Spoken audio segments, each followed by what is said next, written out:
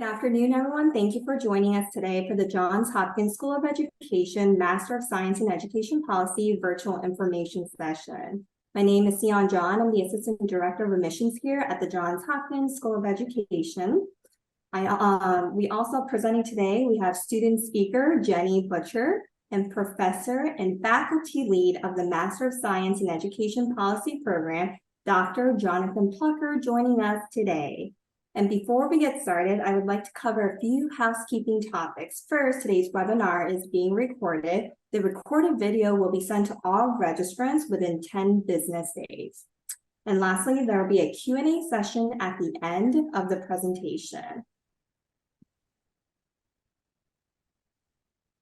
Next, I would like to share the agenda for today's virtual information session. We'll kick off the presentation sharing an overview of the Johns Hopkins School of Education. I'll introduce Dr. Plucker, and then Dr. Plucker will go and give an overview of the Master of Science in Education Policy program.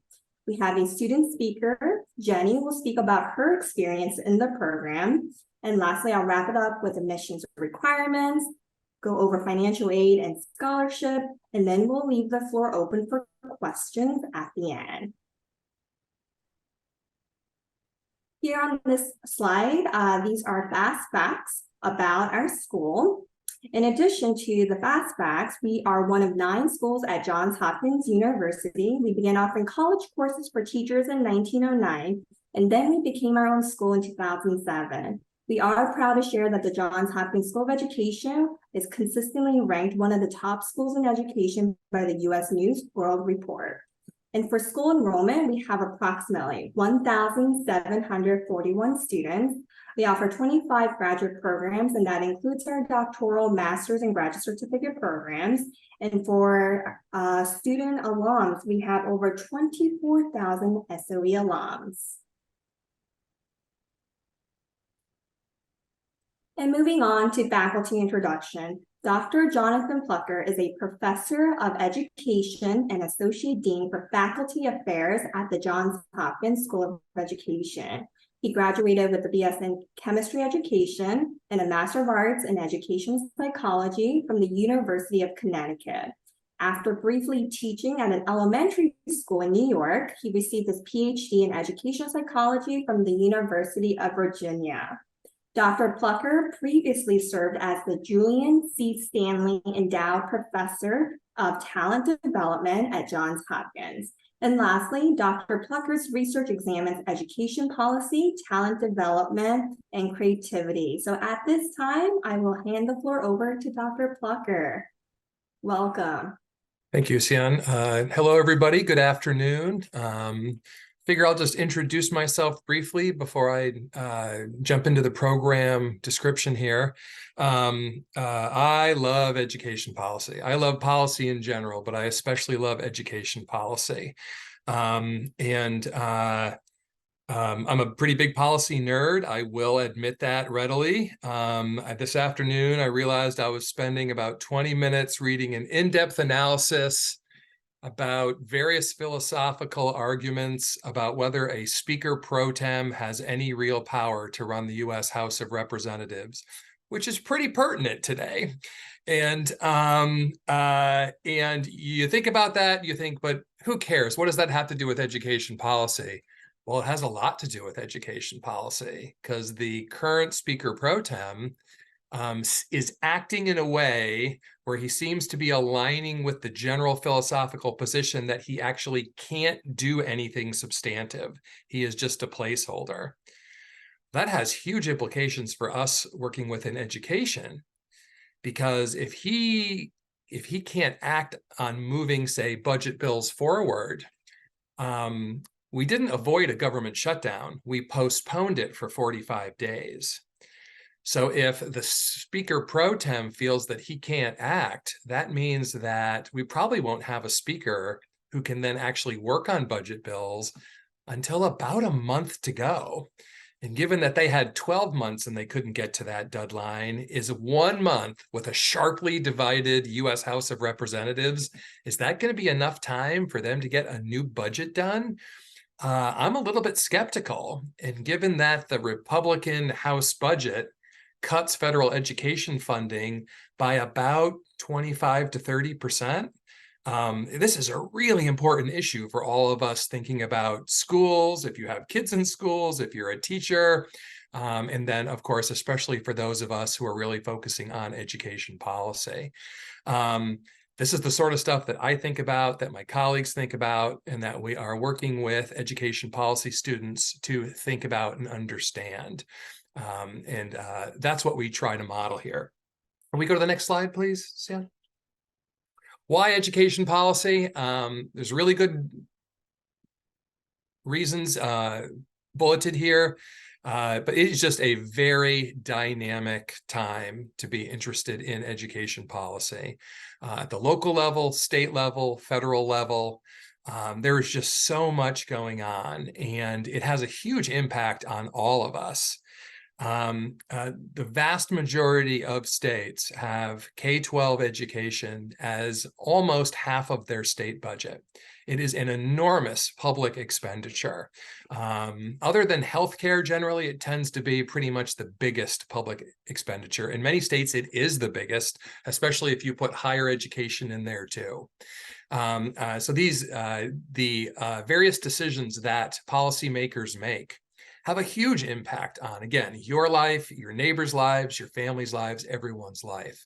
And we've learned so much over the past 50 to 60 years about what makes for better education policy, what doesn't make for better education policy, the various mistakes that get made.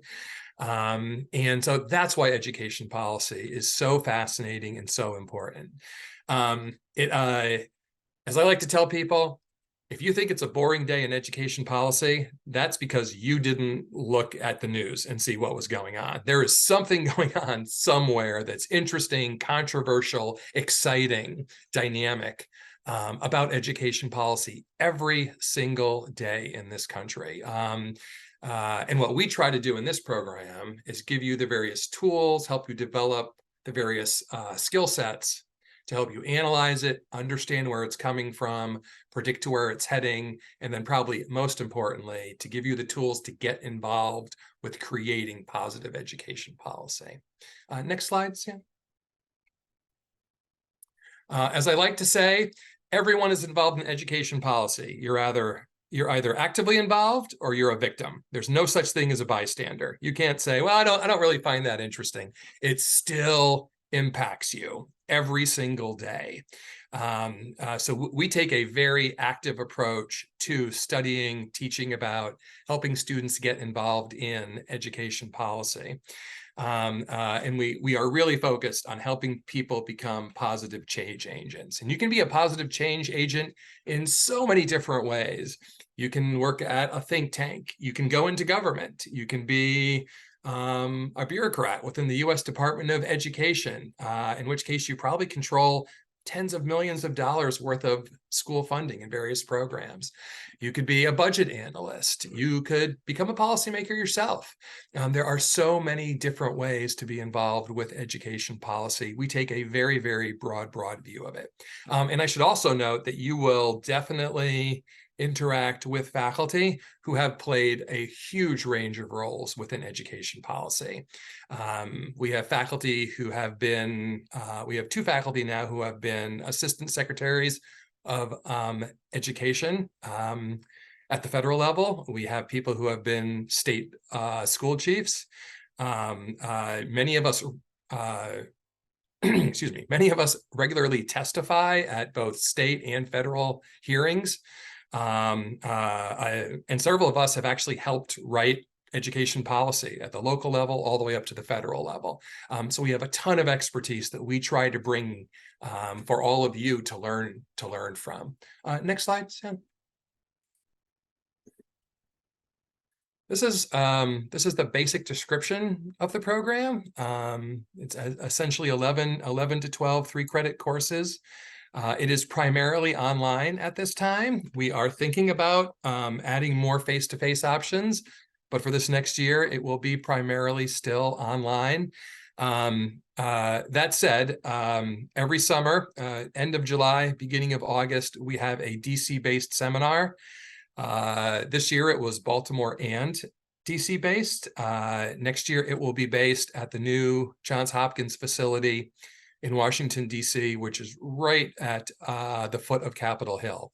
I believe it officially opens next week sometime. So if you haven't seen it, it's very impressive. Google it. It has a fantastic location. We are very, very excited to do our policy camp there next year.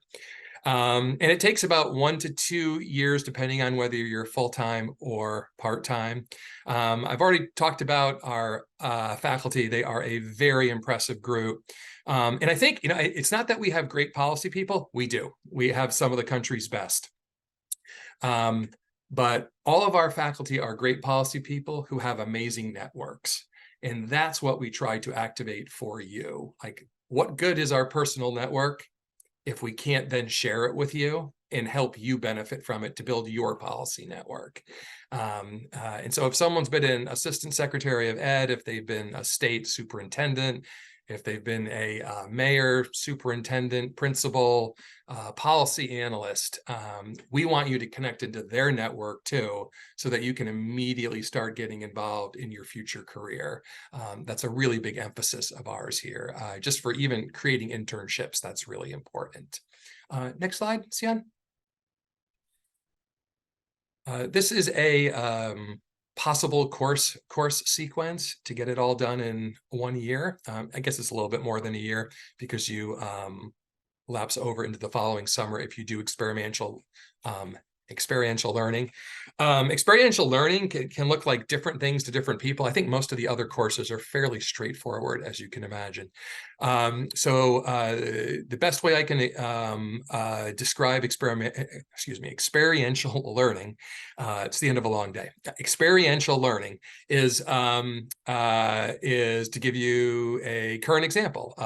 We have a student who is about to graduate. She became really concerned about a very unique funding mechanism for education that her state has. It's almost nonsensical. And so when she first started studying it, I mean, even I had never heard of this. It was very confusing. So we dug deeper. She's on a West Coast state. So we reached out to our network there, brought in experts who had been around for decades, who could actually help us understand why the provision was added to the state constitution and why people were trying to change it.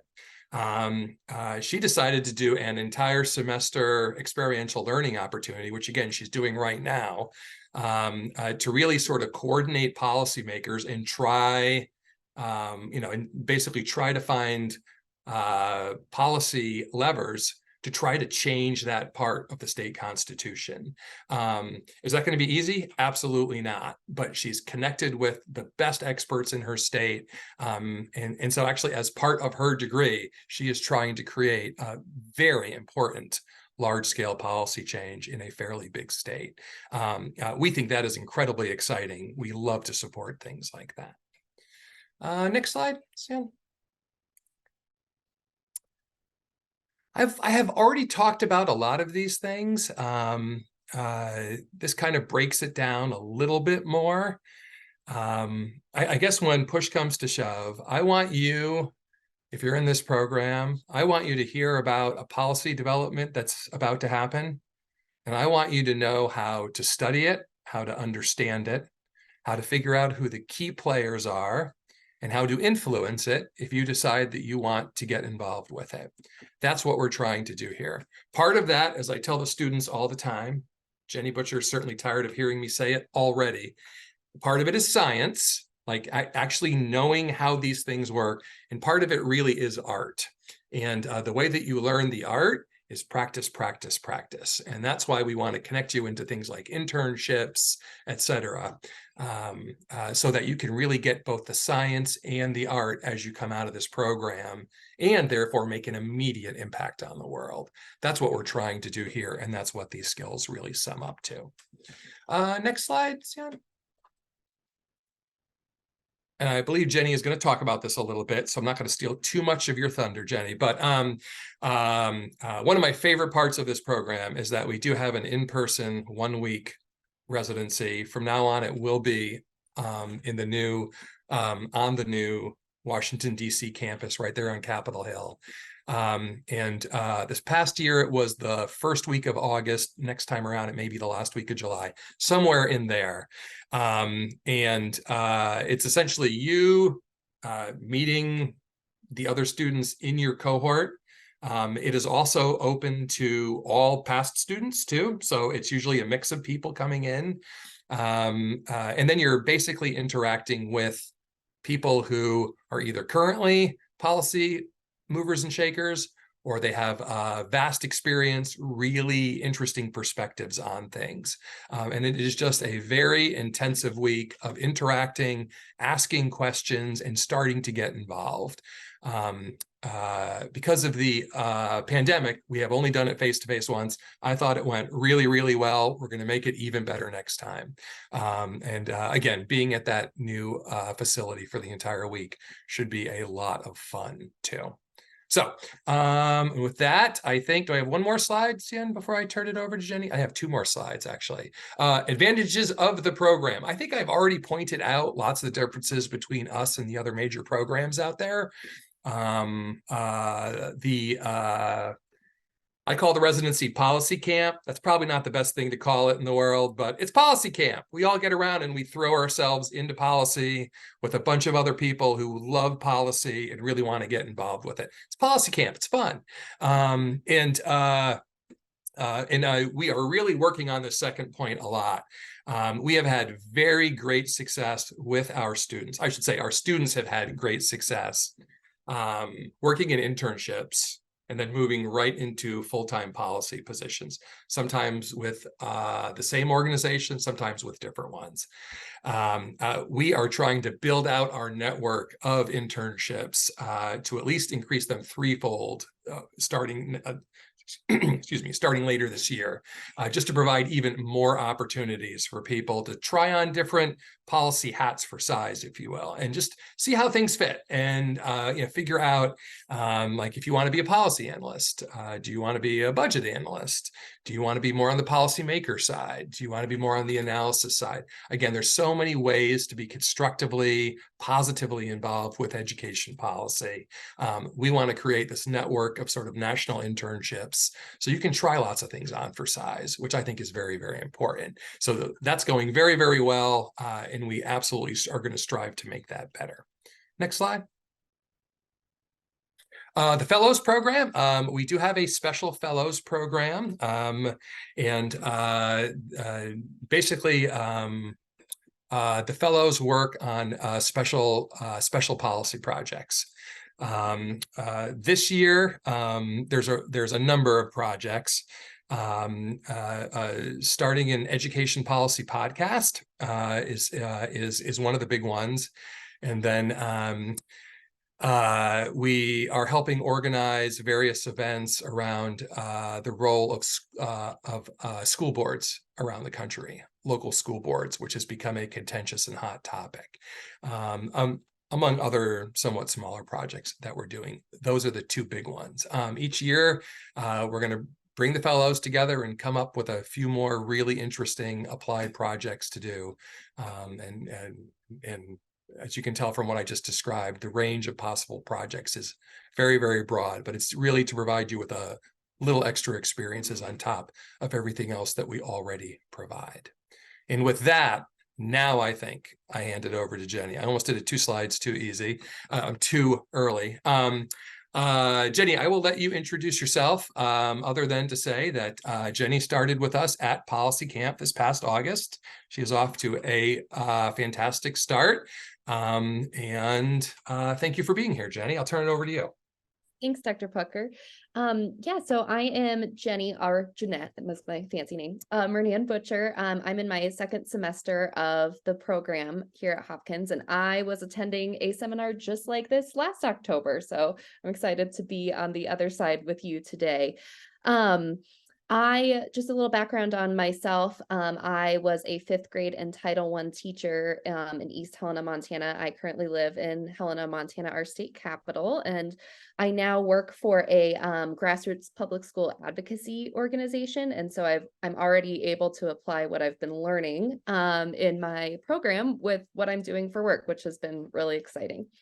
Some of the major reasons that I chose Hopkins and what set it apart for me were the variety of courses in different areas of policy, so federal, state, and local, education, finance, all of these things that will open up lots of different job opportunities for me when I'm done with the program. It won't pigeonhole me into any one field. I will have so many doors open to me as a result of completing this program. And the biggest highlight for me, like Dr. Plucker said, was the in-person seminar week. Living in Montana and being all the way far away, I was really concerned with doing an online program that I would be disconnected from my fellow students or faculty, and that has absolutely not been the case. It's been so great to that week. We got to have seminars, Q&A sessions. We got to go on a field trip to DC, just with so many folks and so many different levels of policy, from like state school chiefs to professors at Hopkins doing excellent research. And we had the opportunity to ask them questions and have discussions with our fellow classmates. And so it was so fun to be like an on-campus student for a week in a program that's actually mostly online and very flexible. And the other thing that I really love about the program is excellent mentorship from advisors and professors. It has been very easy for me to connect with my professors for virtual office hours on Zoom, and Dr. Plucker, as our advisor, is available for help with any sort of questions we have or any feedback we have about the program. And so it's just been great to feel really well connected. And then my advice for you as you're starting to look at programs is consider networking opportunities. Hopkins provides some of the best. And I've already been able to connect to some of the folks that I met during that in-person seminar week for other opportunities that might turn into career opportunities when I'm done with the program. And then the courses offered, will the courses prepare you for what you want to do? And Hopkins can prepare you for so many different things. And then quality of mentorship, especially for an online program, I think was a big reason that I chose this program. So I'm happy to answer any questions from the student perspective as well.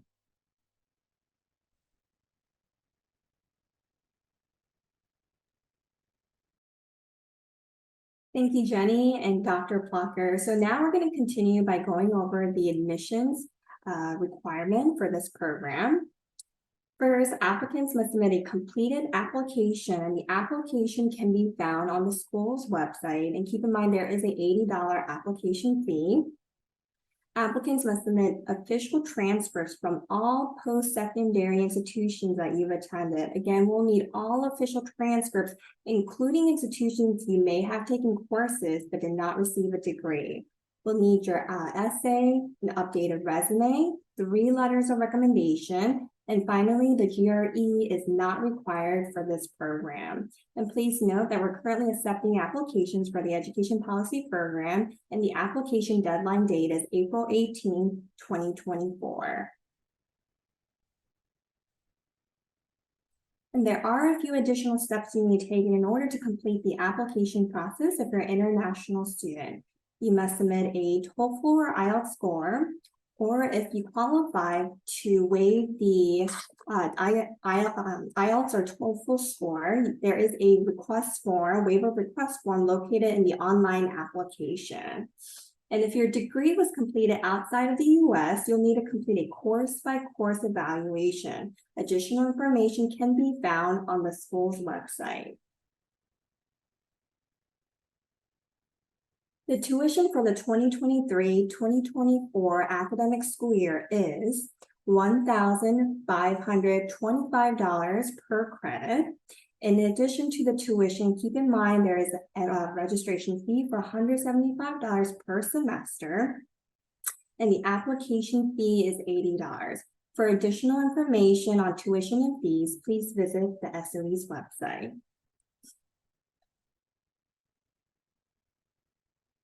And if you're interested in applying for financial aid, we strongly recommend you to apply for financial aid when you start your application. So in addition to the fellows program that was shared by Dr. Plucker, the School of Education, we offer a limited number of partial need-based institutional scholarships each year.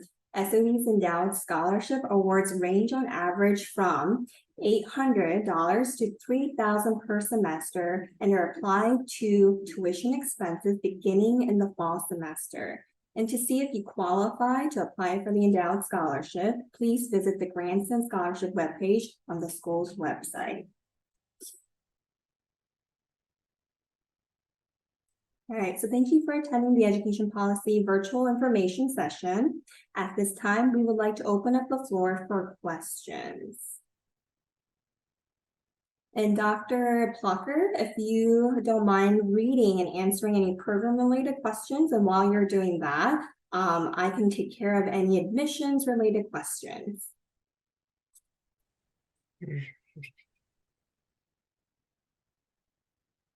Yeah, Jenny's already answered the one programmatic question perfectly. There's a question about the GRE, Sen, do you want to answer that one? So the GRE is not required for this program, and again, will not having GRE scores make one less competitive for admissions? No, since it's not a requirement, it's not going to make it less competitive for admissions. I mean, I can speak to what I'm looking for as we look over applications, if that would be helpful to everyone. I'm looking for potential future change agents. I want people who are enthusiastic, who really want, who seem to convey a vision of how they're going to use this information to sort of create the positive change that they want in the world.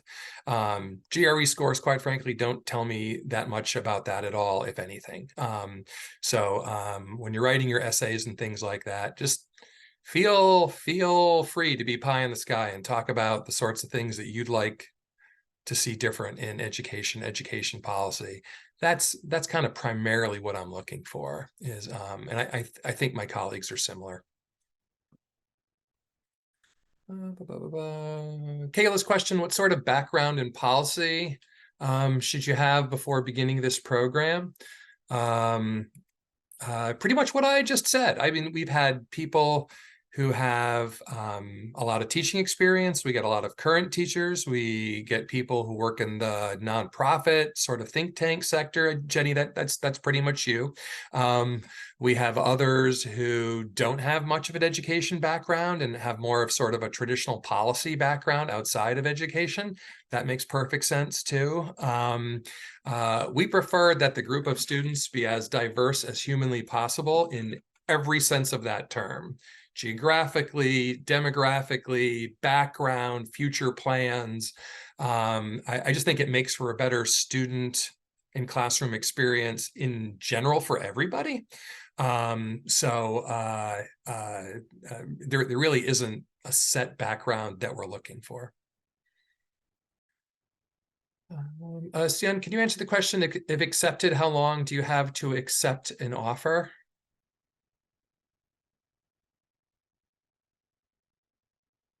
For this program, I believe you have 2 weeks or so. I'm gonna actually have to double check in terms of the when they need to when students need to accept the offer, but I believe it is 2 weeks.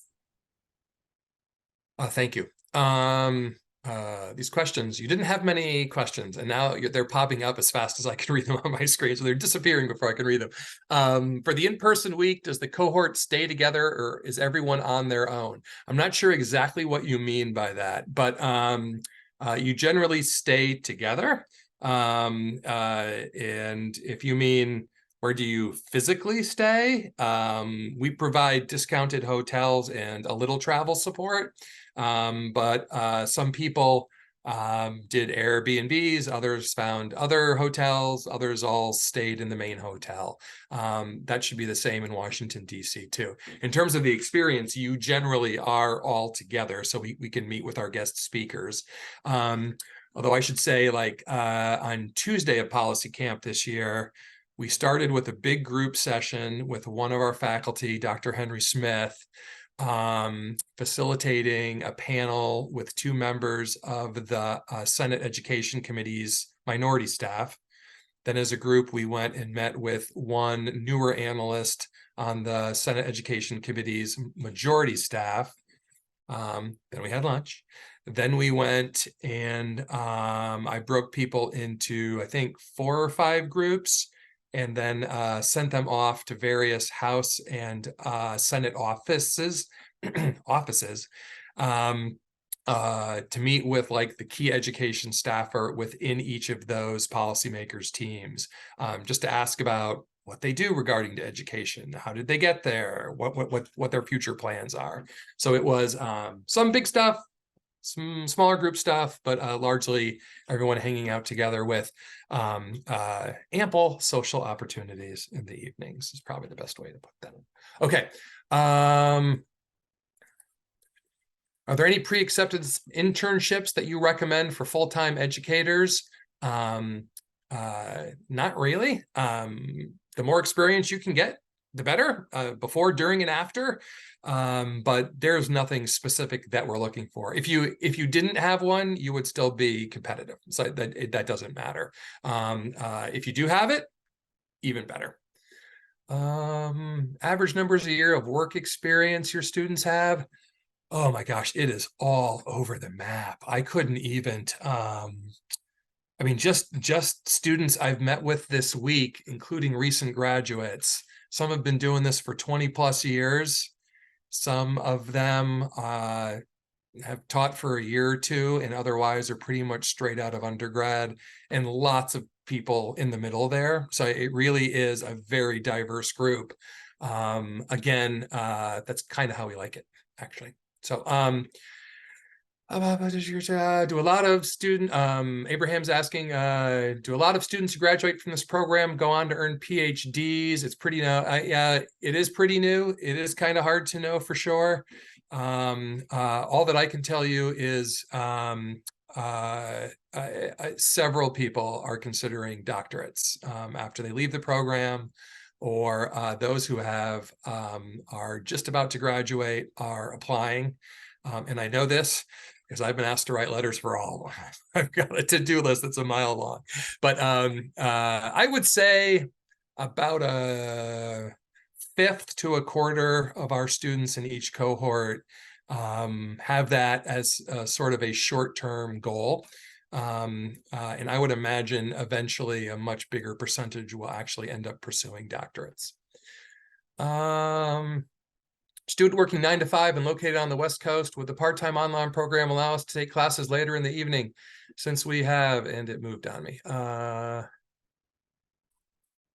It disappeared, but Oh, I'll try to get that back. it's fine. It's fine. We have lots of West Coast students. We have in all 3 cohorts, California, Seattle, Eastern Washington now. I think it's especially good if you're farther away, like Jenny was talking about, to be there for that in-person seminar. I think it's really important. Otherwise, students do not report any sorts of problems like that. It's mostly online. If we have live online synchronous sessions, we generally try to have it as late in the evening as possible so that people can get home from work or school, or, get your kids put to bed on the West Coast. We had class last night from 8:30 to about 9:45. Which we do every 3 weeks or so in federal education policy. That's a little bit later than we would normally do it, but it's generally in that sort of ballpark. Sometimes we'll split it up if we have really big time zone conflicts, and I'll do one, say, at noon, and then we'll do one at 8 or 9 o'clock Eastern time. I generally am traveling, doing policy work all over the country, if not the world, at any given time. So being flexible with time is something that we all have to do so that we can interact well. And it seems to go well. Seth's question: I'm practicing attorney for 15 years, looking to change careers, no formal education experience. You love the law, passion for education, high school drama, never to teach you to make sense for me. I'm being ridiculous. You're not being ridiculous. Having a law background is fantastic for working in education policy. Absolutely fantastic. So I think that you would fit in just fine. The best discussions we have in my courses, at least, are when someone, say, who's been a union leader in their school district is talking to someone whose experience is primarily in a think tank like Jenny, talking to someone who is pretty much primarily a parent advocate. Like, those are such different perspectives on the exact same issues that we all care about. It leads to a much richer discussion for everybody. As my students are tired of hearing me saying, like, you have to understand everyone's perspective when you walk into the room to try to change policy. If you don't, you're at a huge disadvantage. How do we model that? By having lots of different perspectives in the program. So I think you'd be in great shape, Seth. What are the success rates of graduates from program to the employment and policy related positions? Vanessa's question. Vanessa, I'm not dodging the question. We've never calculated it because the program is only 2.25 years old. All I can say is all the students that I've been working with who wanted to end up in the field of education policy have education policy jobs or have a number of interviews as they actively search right now. I think part of that is sort of the fact that we are sharing this amazing network we have. So if someone comes to us and says, you know what, I think I want to go into higher education policy, who do you know? We can connect them not with people working in higher education policy, but with people working at the top think tanks, the top government institutes who are doing higher education policy. That's just a tremendous advantage that our students have. Brittany has a similar question. Do graduates find work quickly? Do you help with job placement? We do. In answer to the second question, find work quickly is really hard to judge because I don't know when they start looking. I only know when they come to me to say, hey, I'm really excited about the following position. Can you help? After that conversation, it's usually pretty darn quickly, actually. So I can't put a number on that yet, though. I honestly can't. How many people are in each cohort? Each cohort's been completely different. Current cohort, Jennifer Fordham, nod at me if this is right, 26-ish. 26, thumbs up. Okay, 26. We expect it to be around 30 or so next year. Online classes taught synchronously or asynchronously. Does the cohort come back together in person for graduation? I'll do the last one first.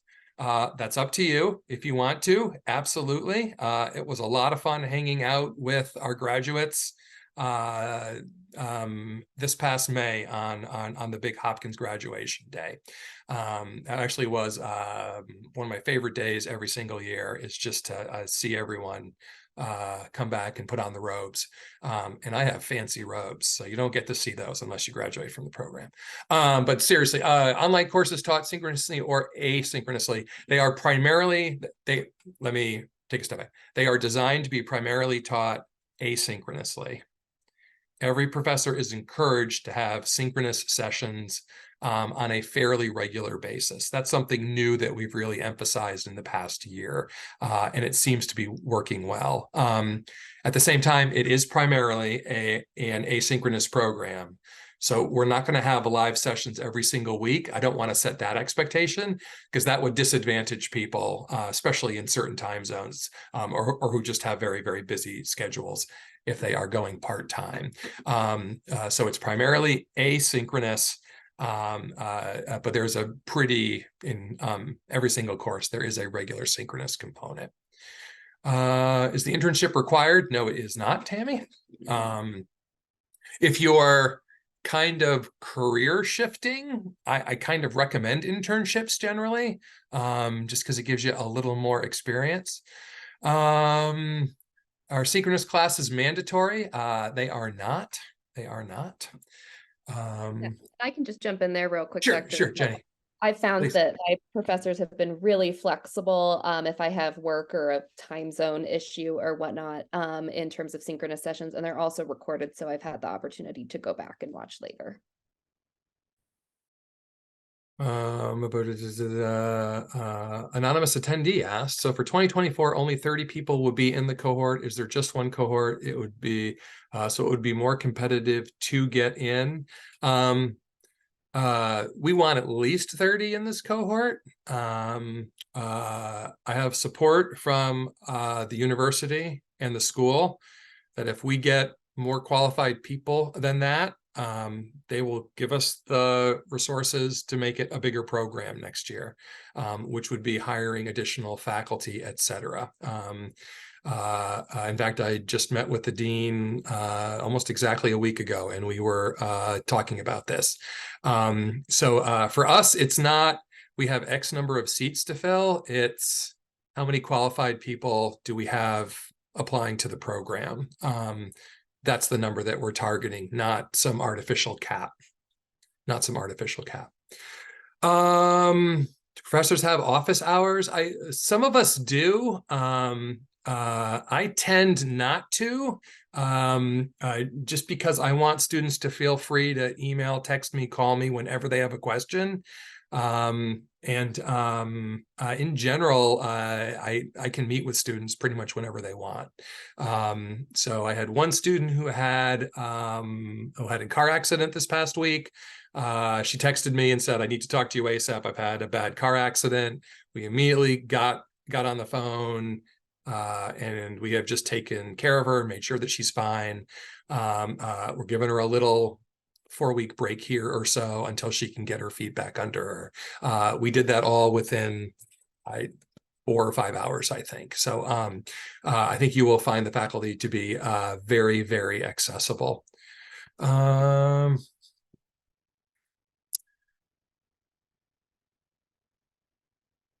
Mentioned think tank experience makes one competitive. What about teaching experience? Teacher at a high school in Maryland, lead for the school's equity improvement team, analyzing school and district data, and working to devise policies and help eliminate opportunity gaps. I'm very passionate about segregation, what students think the program. So I think it sounds like a fantastic fit for you, and you would be a fantastic fit for this program. Your background sounds perfect, absolutely perfect. I mean, you're already doing policy work essentially. So the challenge that you would pose us is making sure that we're helping you get to the next level of that work. And quite frankly, that's Jenny's situation.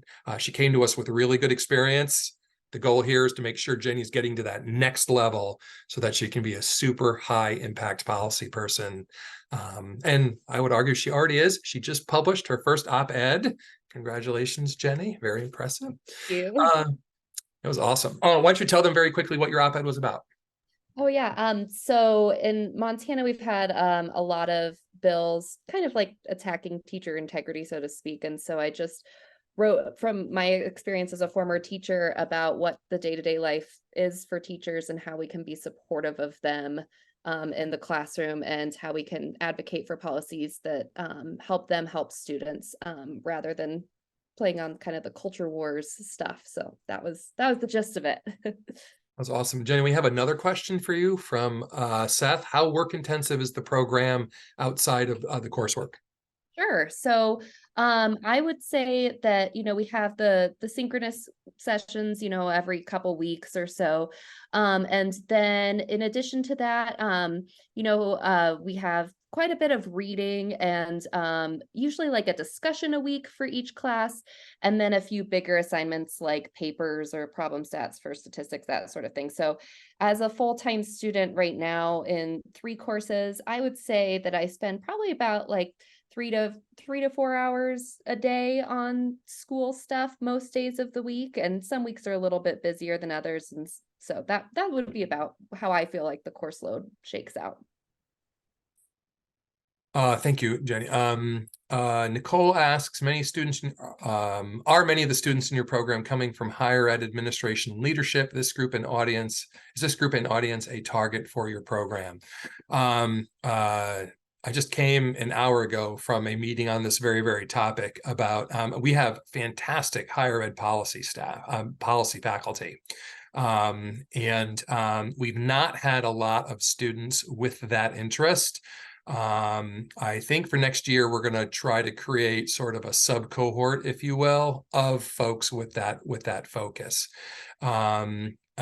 Which means we're going to have to add a couple more courses to what we normally offer to do that. So as of this very second, Nicole, we are very interested in doing that, but we kind of have to see who's interested in doing that next year. If it looks like we can, we would really like to do it. And we have our dean and vice dean's support, because they're both higher education policy people and they would love to be involved with this program. So I'm 90% sure, let me say that, I'm 90% sure we want to do that. I'm about 75% sure that it will happen maybe as early as next year. Faiz says, what are some reasons a student might do part-time versus full-time? I apologize if I got your name wrong, Faiza. There's lots of different reasons. Mostly people who are still working full-time do the program part-time. Those who take time off or only work part-time tend to work full-time. So it's really a question about personal balance for you, your family, your fiscal situation, etc. There's not really a rhyme nor reason to who's doing it part-time versus full-time, other than personal preferences and just whatever your personal condition, personal context is. Heidi's question, are there add-ons, concentrations to the program? I'm not sure exactly what you mean by that, Heidi. Not really in sort of the classic sense of describing it. One of my goals this year is to make sure that we're offering more probably shorter term electives, like a basket of 1 and 2 credit courses that are easier for you to, for everyone to slip into their schedule. That would be more like classic electives.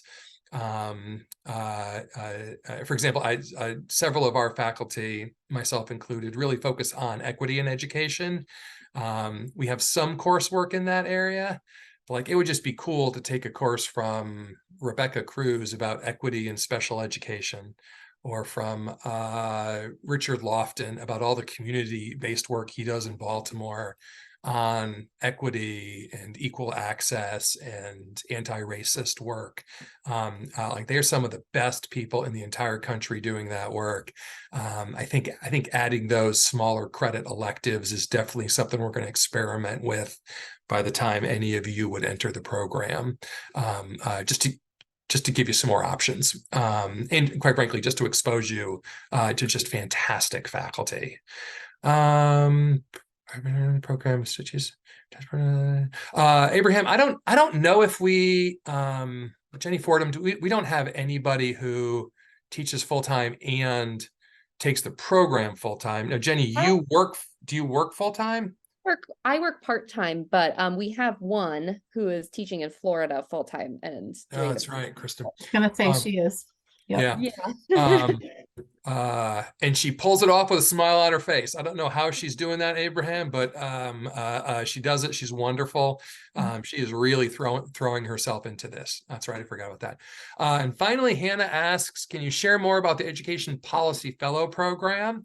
That's generally how we do our funding, although as you saw the slide, there are other funding opportunities too. But it's not just a scholarship program. It is a sort of scholarship program for actually doing extra special projects. So, like, again, this year, a bunch of the students, we're going to get the School of Education's podcast off the ground. And those episodes should start rolling out around first or second week of January is sort of the current the current plan, and then they will be monthly after that. And others are doing other sorts of special projects. So it's not a lot of extra work. It's just really meant to provide a slightly different experience for those fellow students. That is kind of a bit of an add-on, but it's not required. You don't have to apply to be a fellow, etc. And I think you'll still have a wonderful time in the program. I don't think I've ever talked so much or so fast in my life in 45 minutes. So I feel like we've gone through a ton of information. Feel free to reach out if you want to talk to Jenny some more or any of our other students. We are absolutely happy to help facilitate that. It's important to us that you feel that you're a good fit for the program too, right? So we have no secrets. We're an absolute open book here. So, and with that, I will turn it back over. All right, so it looks like there are no more questions. Here on the slide, we have some important contact information. Any admissions related questions, especially about your application, please reach out to Mr. James McCarty. His email address and phone number is on this slide. And then also any program related question, please reach out to Jenny Fordham. And Jenny Fordham, if you'd like to introduce yourself. Hello, everyone. Yes, if you have any questions that maybe you're thinking about and you thought about it after this webinar, please just email me. If there's not a question that I have an answer, I'll find it out for you because I work very closely with admissions and Dr. Plucker. So yeah, anything, just let me know and I'll help you through the process. All right, so thank you to Jenny Fordham, and Dr. Plucker for the wonderful presentation. Thank you again for your interest in the Johns Hopkins School of Education. We look forward to hearing from you. Have a great evening, everyone.